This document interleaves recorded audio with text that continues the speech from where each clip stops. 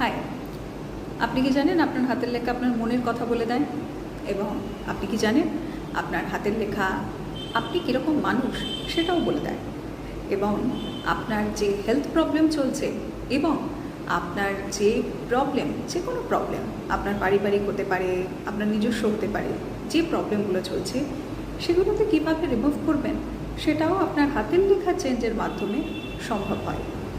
আমি গ্রাফোলজিস্ট, counsellor, therapist, nutritionist এবং dietetics আপনার এই যে হাতের লেখার মাধ্যমে আপনার জীবনের অনেক কিছু পরিবর্তন এবং সবথেকে বড় কথা আপনি কে, আপনি কেমন একজন মানুষ সেটাও আপনি জানতে পারবেন আপনার হাতের লেখা দিয়ে।